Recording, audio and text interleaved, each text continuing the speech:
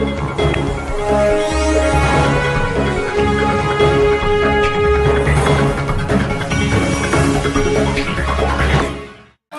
बहनें हैं, मैं अपनी माओ के और अपनी बहनों के श्री चरणों में प्रणाम करता हूं। जय श्री श्याम, जय श्री श्याम, जय श्री श्याम। आज आप सबने पूरे राजेंद्र पार्क ने ये दिखा दिया है कि अब की बार संघर्ष की जीत है, संघर्ष की जीत है। अब की बार संघर्ष की जीत है, अब की बार मेहनत की जीत है, और अब की बार बेटे और भाई की जीत है। अब की बार बहन और भाई की जीत है। अब की बार माता और बेटे की जीत है। अब की बार पिता और एक पुत्र की जीत है। और बाबा प्रकाशपुरी का कल में मेरी आंटी यहीं पे बैठी है, वैसे तो सब लोग बैठे हैं, लेकिन मुझे लगा कि प्रकाशपुरी महाराज के वहां पर जाने के बाद, जब मैं पहलवान था तो मैं जब भी प्रकाशपुरी महाराज जी के यहाँ कुश्ती करने के लिए आया तो मैं हमेशा जीता हूं। और मुझे विश्वास है कि अब की बार जो राजनीतिक फील्ड में मेरा अब की बार कंपटीशन है, उसमें मैं 100% जीतूंगा। 100% आपके प्यार और आपके आशीर्वाद से आप सब लोग, आज मैं शुरू वहां से करता हूं जहां से मेरा पूरा राजेंद्र पार्क शुरू करता है। सब लोग मुझसे पूछते हैं, मुकेश पहलवान टिकट का क्या रहेगा? बोलो, पूछते हो ना? हाथ खड़ा करके कहे पूछते हैं, पूछते हो नहीं पूछते हो? अब की बार टिकट आपको मिलेगी क्योंकि आपने मेहनत कर रखी है। अब की बार टिकट आपको मिलेगी क्योंकि आपने संघर्ष किया हुआ है। अब की बार टिकट आपको मिलेगी क्योंकि आपका जज्बा मजबूत है। अब की बार टिकट आपको मिलेगी क्योंकि माताओं बहनों का आशीर्वाद मुकेश पहलवान के साथ है। अब की बार, और साथियों, ये तो एक छोटा सा, मेरे परिवार ने एक छोटा सा राजेंद्र पार्क के माताओं बहनों और बुजुर्गों ने एक छोटा सा ट्रेलर दिखाया है। फिल्म तो भी बाकी है साथियों, फिल्म तो भी बाकी है, क्योंकि मुझे लगता है कि जो जुनून अभी तो ली अंगड़ाई है, आगे लड़ाई बहुत बाकी है। और बाबा श्याम का सेवक और सबसे नजदीक कोई बाबा श्याम के है तो राजेंद्र पार्क के सभी माताएं बहनें बुजुर्ग नौजवान साथी हैं। चेतक एक्सप्रेस में चेतक जो गाड़ी है वो रोज हॉर्न बजाती है, खाटू चलोगे, खाटू चलोगे। और मैं वादा करता हूं, अब की बार जो वंदे भारत चली है, एक दिन आपसे पूछने आएगा खाटू वाला, अपने बेटे के साथ चंडीगढ़ चलोगे, चंडीगढ़ चलोगे? ये जुनून और ये प्यार और ये उत्साह मुझे वास्तव में लगता है, क्योंकि मुझे लगा कि जो मैंने 25 साल जो मैंने तपस्या की उसका फल आपके सामने है। देखो, काम छोड़ के और इतनी गर्मी में किसी को ये परवाह नहीं है, नहीं तो रैलियों में से पीछे दिखाए कैमरामैन वाले, पीछे घूम जाए, रैलियों में लोग उठ के चले जाते हैं, लेकिन ये प्यार है और आशीर्वाद है। एक भी माताएं बहनें, एक भी बुजुर्ग नौजवान साथी अपनी जगह से हिल भी नहीं रहा। उनको पता है अब की बार चुनाव हम सब लोगों का है। और जो आपका पहला कार्य है, अब सुन लो, क्योंकि मैं राजेंद्र पार्क को दिल से, जो आपका सबसे पहला कार्य है, हम सब लोगों की एक ही डिमांड है। 1960 में राजेंद्र पार्क में सबसे पहले प्लॉट की शुरुआत हुई 1960 में, और हरियाणा बना कब? 1966 में। तो हम 6 साल एडवांस हैं, 6 साल हम हरियाणा से भी एडवांस है राजेंद्र पार्क। और उसके बावजूद भी हमें यहाँ शमशान भूमि नहीं, हमें क्रॉस करके, रेलवे लाइन क्रॉस करके जानी पड़ती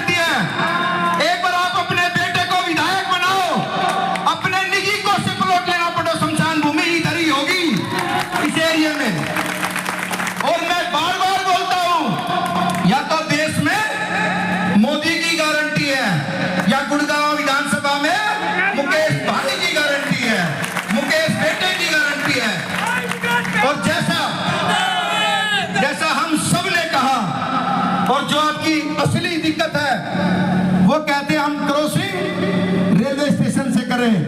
अरे साथियों, एक ऐसा भी क्रॉसिंग होना चाहिए कि हम किसी भी गली से निकले और हमें किसी भी स्वरूप गार्डन, जय विहार, जो भी एरिया इसमें आता है, राजेंद्र पार्क, विष्णु गार्डन, जिस एरिया का आदमी आए रेलवे लाइन की तरफ, वो उधर से ही क्रॉसिंग से परली तरफ चला जाए। जरूरी नहीं हम रेलवे लाइन पे जाएंगे। और ये प्रयास नहीं, ये मेरी नीति होगी और आने वाले समय में मेरी योजना होगी, क्योंकि मैं टारगेट लेके चला हुआ हूं।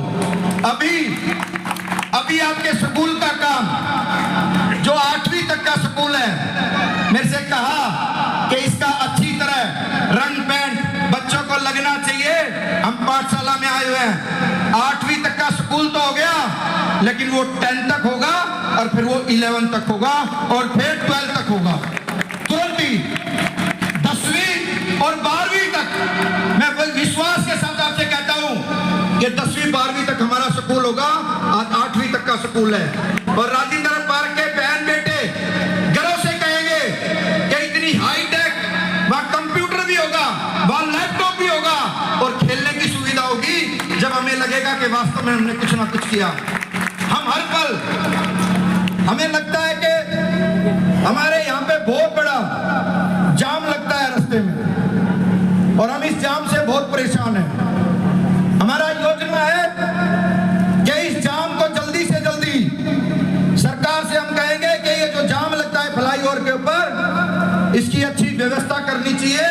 अगर जो कोई मेरी माताएं, बहनें, बुजुर्ग, नौजवान साथी बीमार हो जाता है तो बड़ा पीड़ा होती है, वो हॉस्पिटल तक नहीं पहुंच पाता और 1-1 घंटे का जाम लगता है। जिस दिन आप विधायक बनोगे, परमानेंट पीसीआर खड़ी होगी और हर पल खाकी वर्दी वाला जाम खुलाने में खड़ा होगा।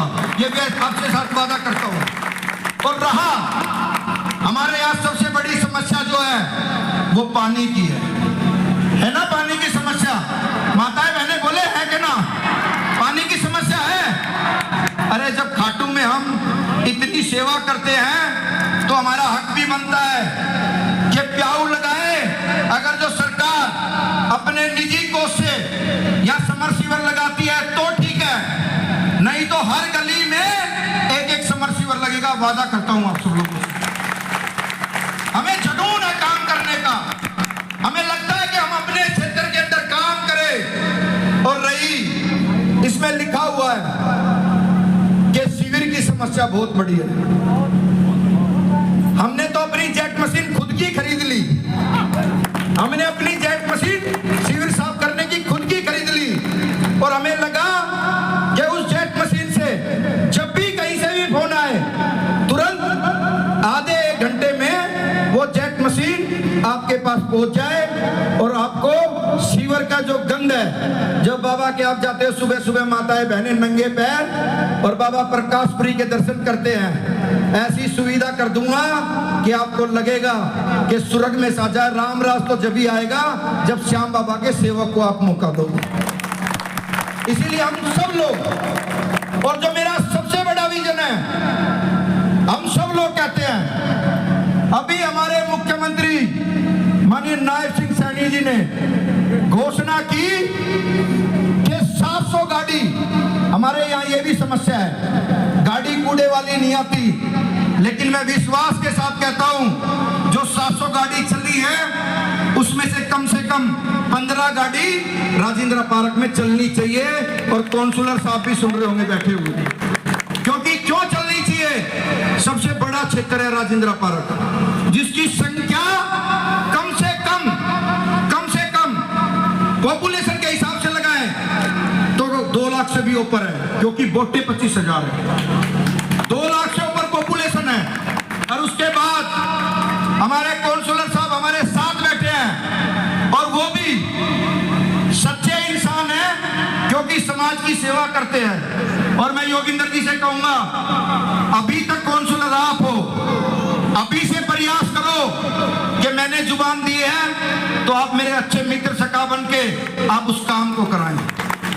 नहीं तो हमें लगेगा कि वास्तव में ही हम वो सुविधा अपने क्षेत्र को दे नहीं पाए। और मेरी जो सबसे बड़ी मुहिम है वो है 900 मीटर वाली। मेरा सहयोग करो आप सब लोग, क्योंकि आपके भी कोई ना कोई कजन, कोई मिलने वाला 900 मीटर के एरिया में जरूर रहता होगा। मेरी एक ही चॉइस है, आयुक्त डिपो हटे और पीजीआई बने, आयुक्त डिपो हटे और पीजीआई बने। उसका कारण क्या? गुड़गांव के अंदर अभी मुझसे पत्रकार ने पूछा कि भाई साहब, गुड़गांव में सरकारी हॉस्पिटल के बारे में कुछ बोलो। मैंने कहा मैं सरकारी हॉस्पिटल के बारे में कुछ भी बोलना नहीं चाहता।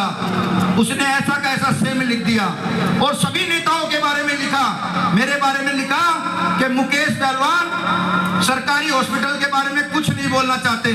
दूसरे दिन मैंने उस पत्रकार के पास फोन किया और मैंने कहा कि भाई साहब, मैं सरकारी हॉस्पिटल नहीं चाहता।